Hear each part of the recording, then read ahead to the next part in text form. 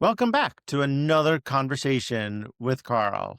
Please remember to like, follow, and subscribe for the absolute latest content. Today, we are very excited to welcome Michael J. Tucker to the conversation. Michael is a writer, editor, and occasional videographer currently living in Texas. For many years, he was a trade press journalist with a concentration on computers. Among his claims to fame is that he interviewed Steve Jobs right after he left Apple.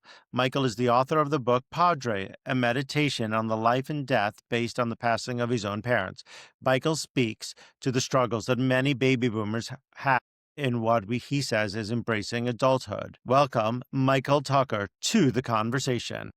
Thank you so very much for having me. Why write the book? Well, to be utterly truthful with you, it was kind of an accident.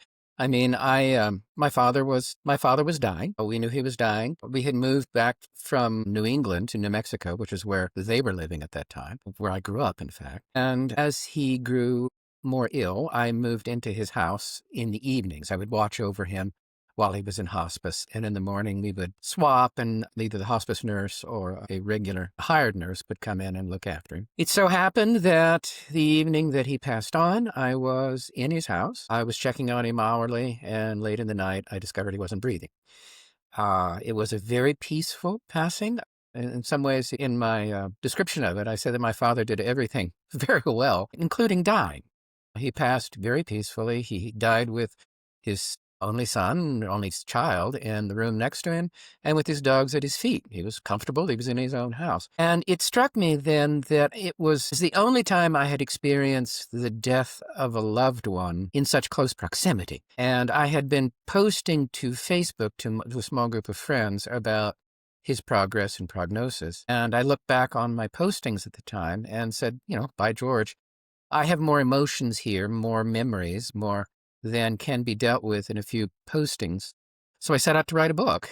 And on some level, it was not a book I ever expected anyone to actually read, although it has been read. And I just basically wrote about his life, about the events of his passing, about my reaction to his passing and to my mother's passing, who she had passed the previous year. She'd predeceased him. And also just thinking about, well, I'm a baby boomer. I came along at the very tail end of the baby boom. I was a 57 baby. I came into the world about the same time Sputnik was leaving it. And there I was thinking about my generation as we move from the situation of being either the sandwich generation, or looking after our parents, but always knowing that they were there. I mean, I think on some level, you always, so long as your parent, or at least one parent, is alive, you have this feeling that you're not alone in the world. You're not responsible for everything. And then they're gone. And the question is, how do you adapt to the new role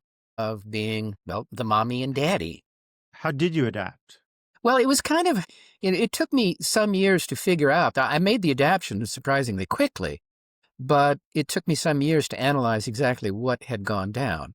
The first thing that happened was, when he passed, I said, well, I realized that I had suddenly been deprived of a role, which was to have, because when I was young, obviously I was a child. When I was an adult, my role was to be a father to my own son. Then my role was to look after my parents when they grew ill. When they passed, I was suddenly without a role. What do I do with myself? And initially that was something of a shock, although gradually, and particularly over the passing of time, I discovered that there was a role, and that was, well, to be granddad now, particularly to my own grandchildren. I accepted a new role, which was to move into the position that my parents had been, which was to be grandmother and granddad.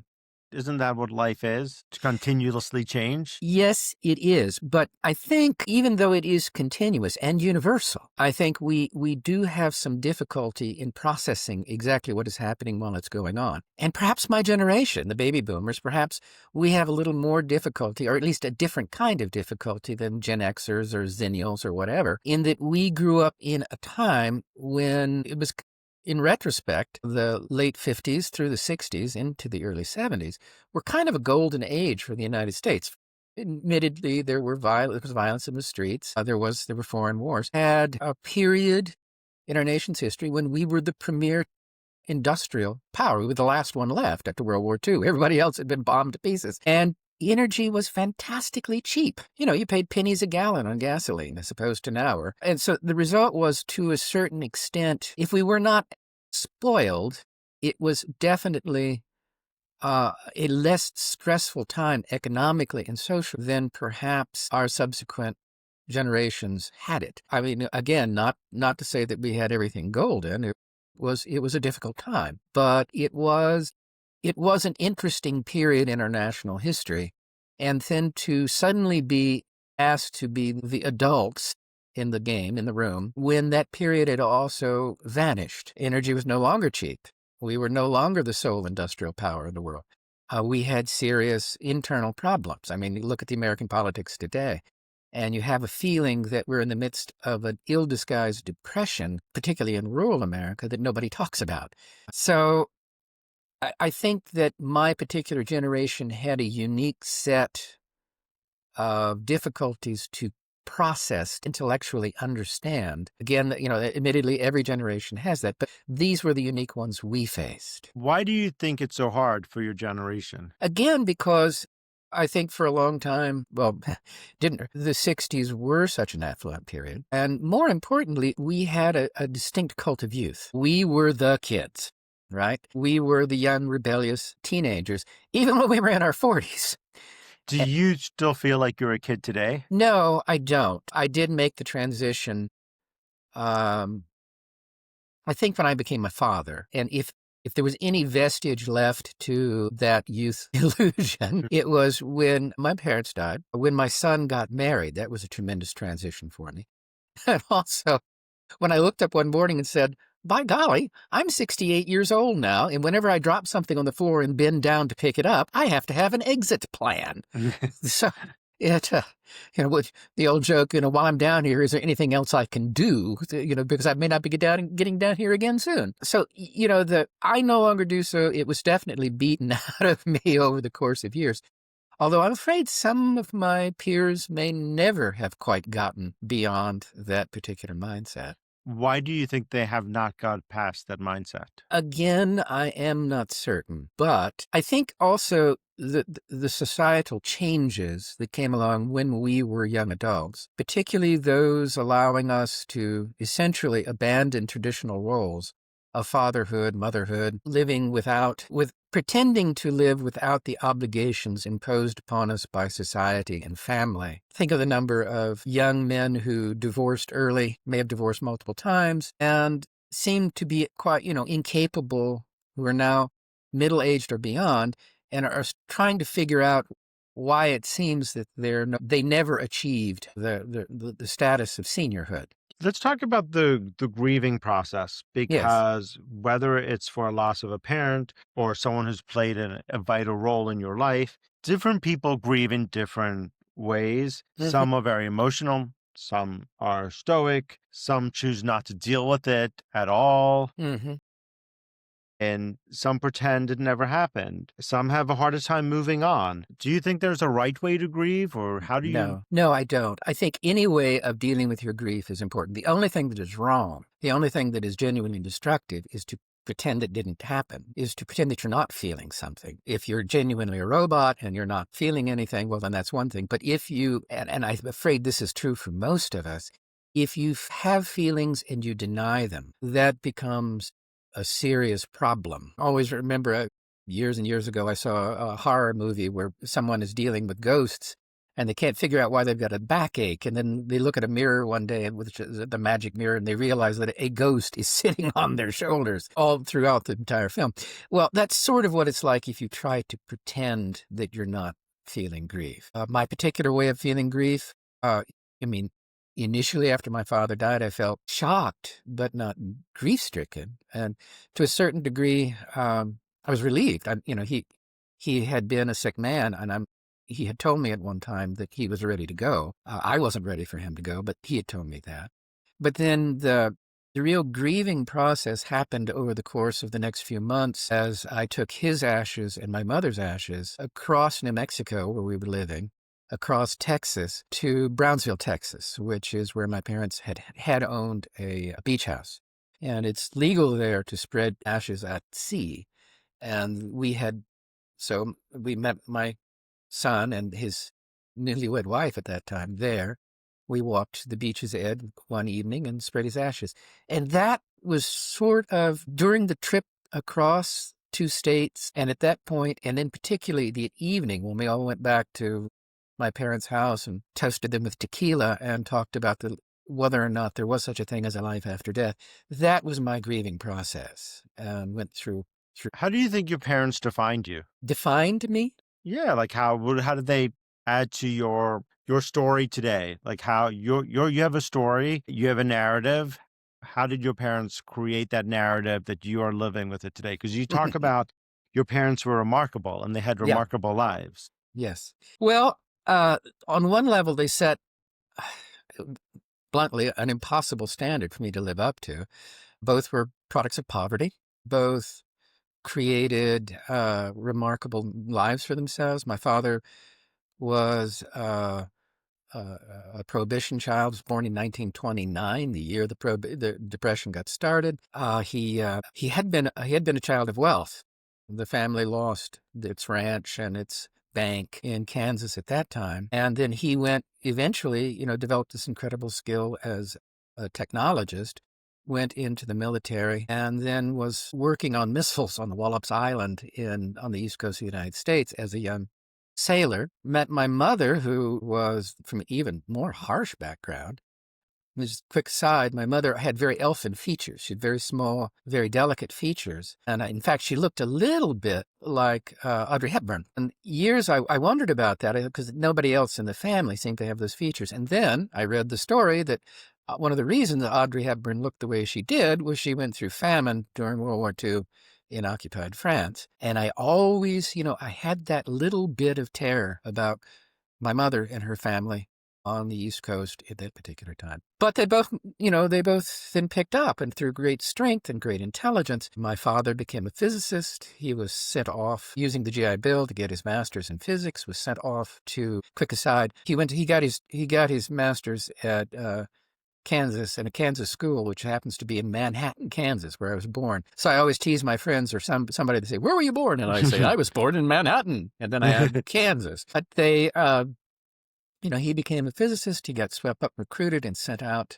to make It's things close go boom. enough. Yeah, boom in the desert. And then he got off to New Mexico, rather. He got sent to New Mexico, the laboratories in New Mexico, and went boom in the desert, make things go boom in the desert. My mother, like I say, came from very poor background, managed to get away from it all, eventually earned her PhD while I was in school. So that they were very strong, very intelligent, very kind people.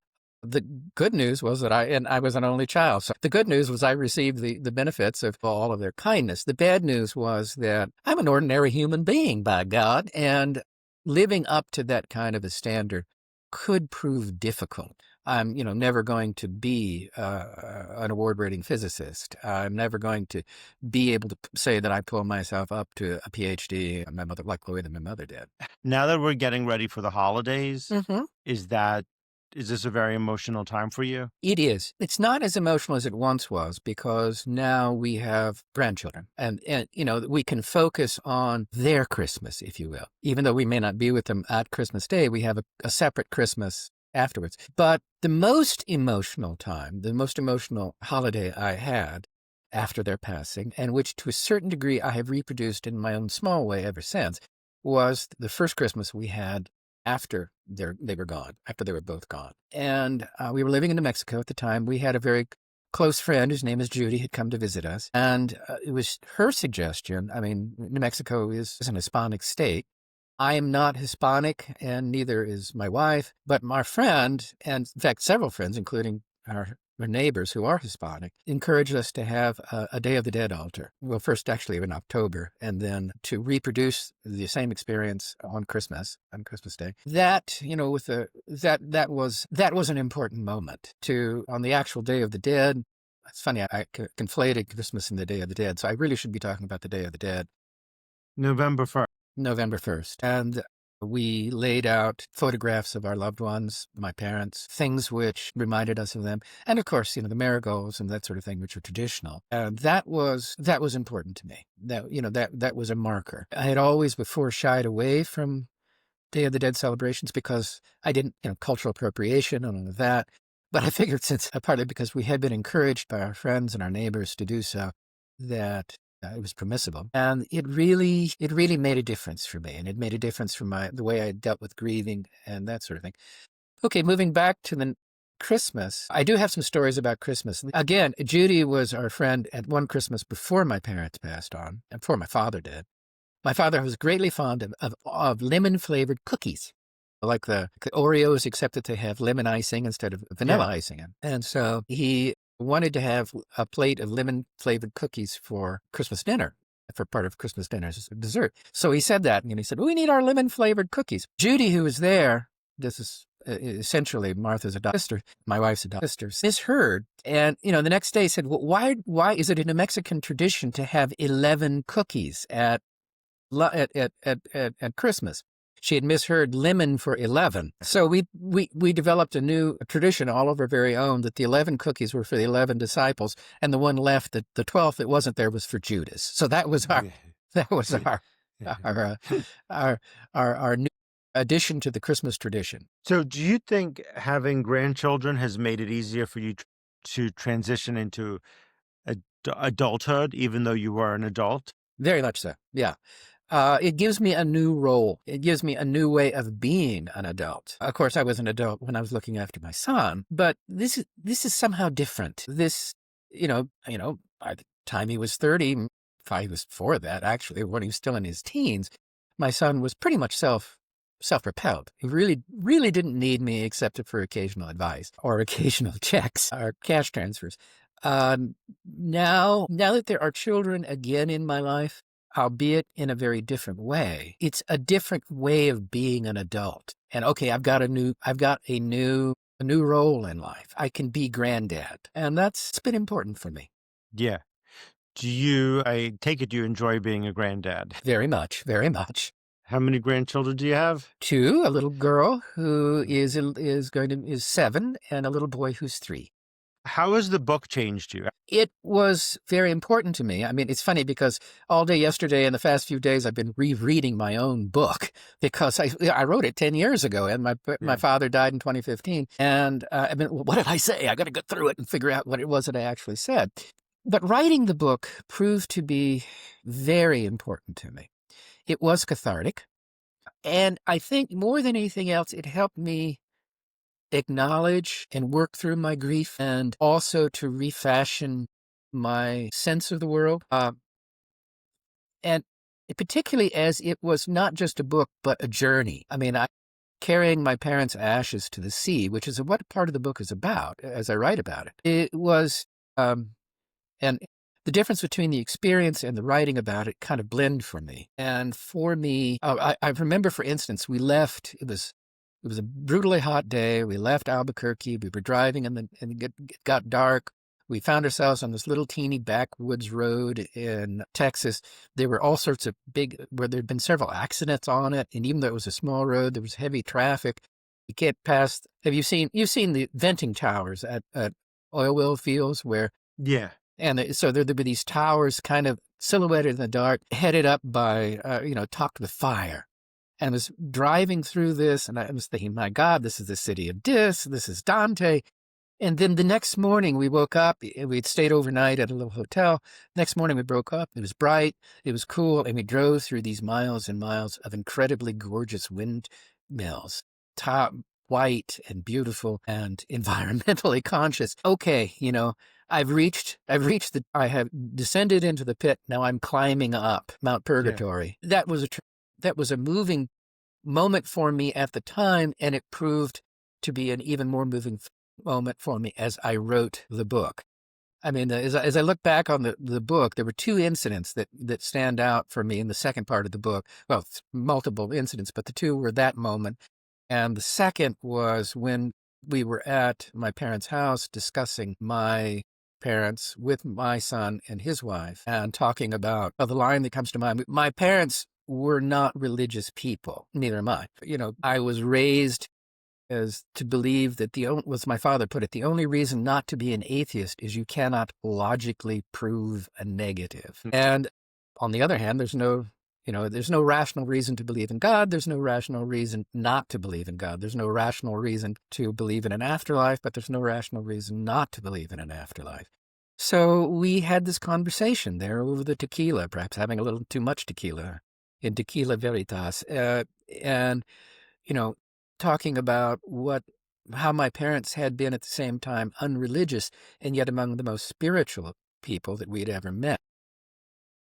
In terms of behavior, they were the most godly people I've ever met, even if whether or not they bothered to designate, a religious viewpoint. I remember my wife put it to me bluntly. She said, "Your problem is that you cannot interrogate a negative." That moment looms large in my memory, and it was certainly loomed large in my writing of the book. What can you say? What do you tell your son about transitioning into different roles? He has already, we have chatted about it in the way that fathers and sons chat about things, which is obliquely. Periodically I come up to him and said, "David, you're one hell of a dad." I'll watch him dealing with, I was an only child, so I never saw the level of battling that goes on between siblings. And I'll watch some disastrous, some knockdown, drag out fight between the grandkids. Which, of course, then 15 minutes later, they're cuddling on the couch as affectionate as they can be. I don't understand that. That siblings are not part of my skill set.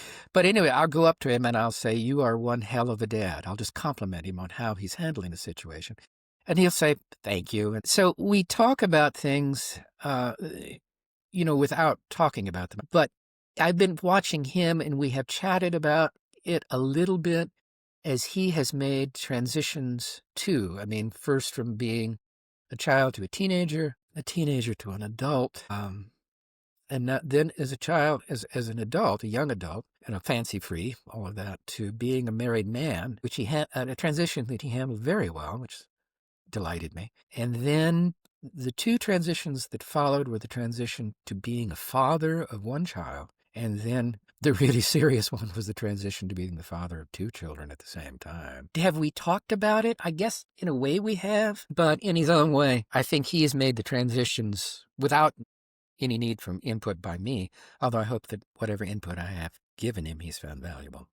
Well, I think he would look to you because you've A, written a book about this, and B, you are his father. So those two things he could look to get advice from you. As we start to wrap up here, is there something that we have not talked about that we should talk about? I've been listening to your podcasts, other podcasts, and I was really intrigued by your shows on the potential of life after death. Yeah. Those intrigued me. I'm not sure that I believe in a life after death, but I found those intriguing. And I guess maybe I should have said something or interjected into the conversation something about my own confusion about whether there is a life after death and whether or not my parents have obtained it. I can only say that I think that if there is a life after death, I can think of no one who more deserved a good afterlife than my parents. Although, by like token, I'm rationalist enough to suspect that there is not one. But on the other hand, oblivion isn't that bad a thing. I used to think that I always hoped there was a life after death so I could meet all the people I had known when I was living. But then afterwards I began to think, on the other hand, all the people who I'd met when I was living include those who'd known I'd been a complete idiot now and then. Mm-hmm. And not finding them, that would be useful. So I guess that, is one issue. And Isn't maybe that learning? Isn't that the part of learning, though? Yes, I suspect it is. It is. Yes. To be an idiot sometimes. I just wish I wasn't so expert at it. I'd learned the lessons too well. Well, we all have to learn lessons, but I think that's part of our story and our narrative. We have to. And I don't think it hurts us to believe that there's life after death. I mean, either or, you'll find out when you die. One way or another. We're all going to find out the answer eventually. True enough. Michael Tucker, thank you so much for joining me. The book is Padre. Of course. You can get that where you get your books. Also, thank you so much for listening and joining me. Just remember to hit the subscribe button if you are enjoying these conversations. And until next time, be safe.